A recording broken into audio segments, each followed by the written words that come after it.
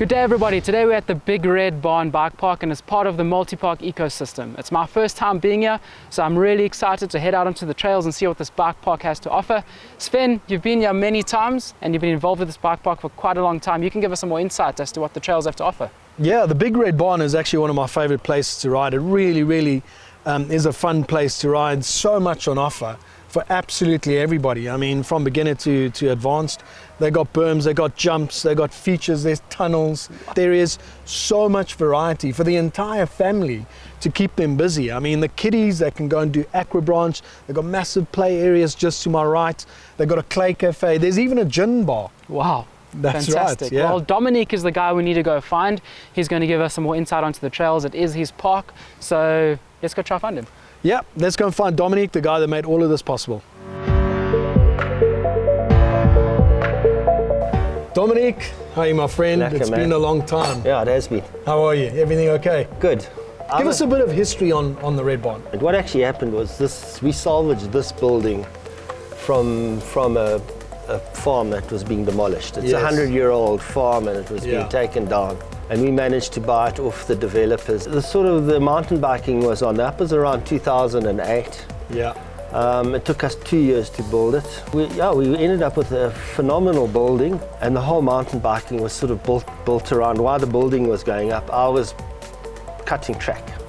And And you've never stopped. I never stopped. Yeah, it's something I really enjoy. As someone who knows the trails Yeah. better than anybody, would you mind showing us around? I'd love to. Okay, fantastic. Yeah, it's an absolute pleasure. Thanks. Should we go and have a look? Yeah, great. Thank you.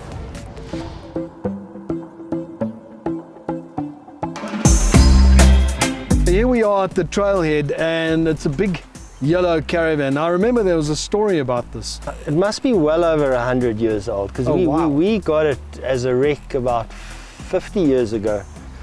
And I sort of read, at the farm, I read it. It was just one of my projects, and we left it at the barn for a number of years, but it was lost. It was too small against that big building, so it's been sort of repurposed as a pay point at the trailhead.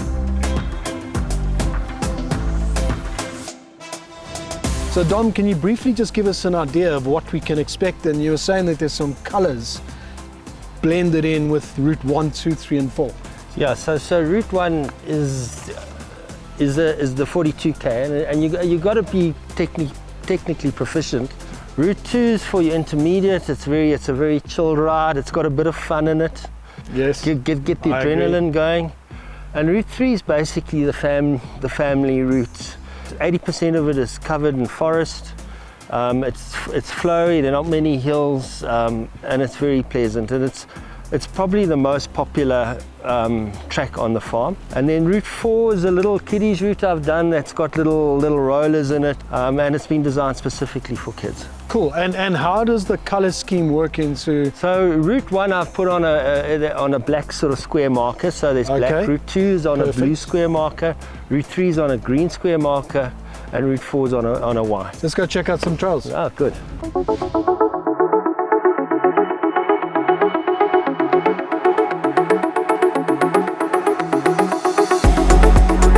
Okay guys, here you get an example of what the signage looks like, and it's quite logical to follow, because if you look at it, there's 1, 2, 3, 4, obviously as we described, and they graded in terms of difficulty.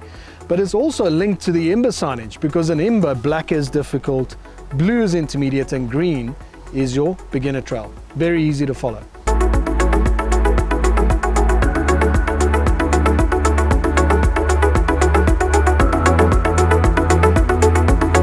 Okay, so today we decided to do route number 2, which is the blue trail as well, and we've come across the flow track.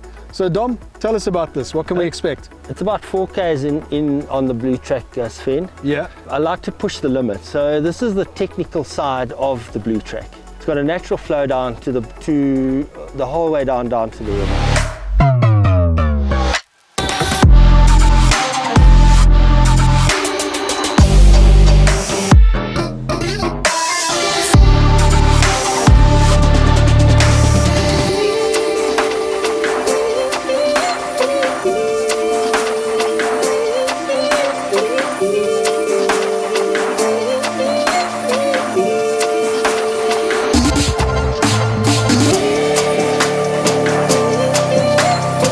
Dominique, my first time riding at this place, and thank you for creating just such an amazing place to ride bikes. This statue here I found while riding, and it's such an iconic part of the trails. Can you explain to the viewers just exactly how this beautiful piece of art came to be? Yeah, it's a sort of the center. All trails merge and they emerge up here, so it's a sort of the center area of the whole of the tracks, the running tracks and the riding tracks. And he called himself Anton, and Anton the artist. He says no, he wants to, can he hew me a statue? I said, yeah, okay. And we walked around and we found this old glue gun that had fallen down, and it's been lying there for years, and you can see that it's got some black marks, and he's used that as a hair. I mean, he is an artist actually, because it was his imagination that created this thing. There's one thing to remember, this is also the start of the jump section, and you take the right fork. It's about 9 kilometers into the Blue Trail, give or take. You'll see a small sign that says mountain bike only, and that would signify the beginning of the jump track. It's been built in such a way that you can use it as a flow line down and sort of progress. If you want to jump, do a little jump, and there are no gap jumps here. It's one of my policies. I do not have gap jumps at the barn. And this has to be one of my favorite. It's called the toilet bowl. Dom, I've written this a few times, but there must be a story behind this. There was a sort of big round hole sitting in the middle of the track here, or not the track, in the veld. And I was thinking, how could I use it? And it was just a mountain biking friend, Dylan Victor. He came in, I said, Dylan, have you got any ideas here? He says, yeah, why don't you do in and out like a loop? Yes. And yeah, and that's what I did. And the thing about this, it takes you completely by surprise. And remember to duck underneath the bridge. There are many memorable aspects of riding at the Big Red Barn, but here in the forest, it absolutely typifies what the ride is all about. And Dom, as you're saying, the Hallelujah Trail was the very, very first one. Yeah, and it's where you end your ride. It's your last trail on the ride. It's one of the fastest trail. It's got a very natural flow, and what a way to end. Yeah, absolutely. Single track through the forest. Well, that's the end of our ride. Dom, thank you, my friend. Thank you for showing us around. It's a pleasure. What a place you have, and an absolute blast. Guys, the Big Red Barn, come and check it out. You won't be sorry. Well, Miles, that's the Big Red Barn. Your first time here, what are your thoughts? Brilliant, Sven. It's just a fantastic facility. Being part of this project makes me so stoked because we can just get to ride at such beautiful places like this. I think stoked is the right word, because that's the way I feel after riding it, because it really is just focused on fun. I think Dominique has done the right thing. He's made it as safe as possible for everybody, and he's also focused on fun, which is exactly what you're going to get. So another great day out. Sven, I think we can tick the box.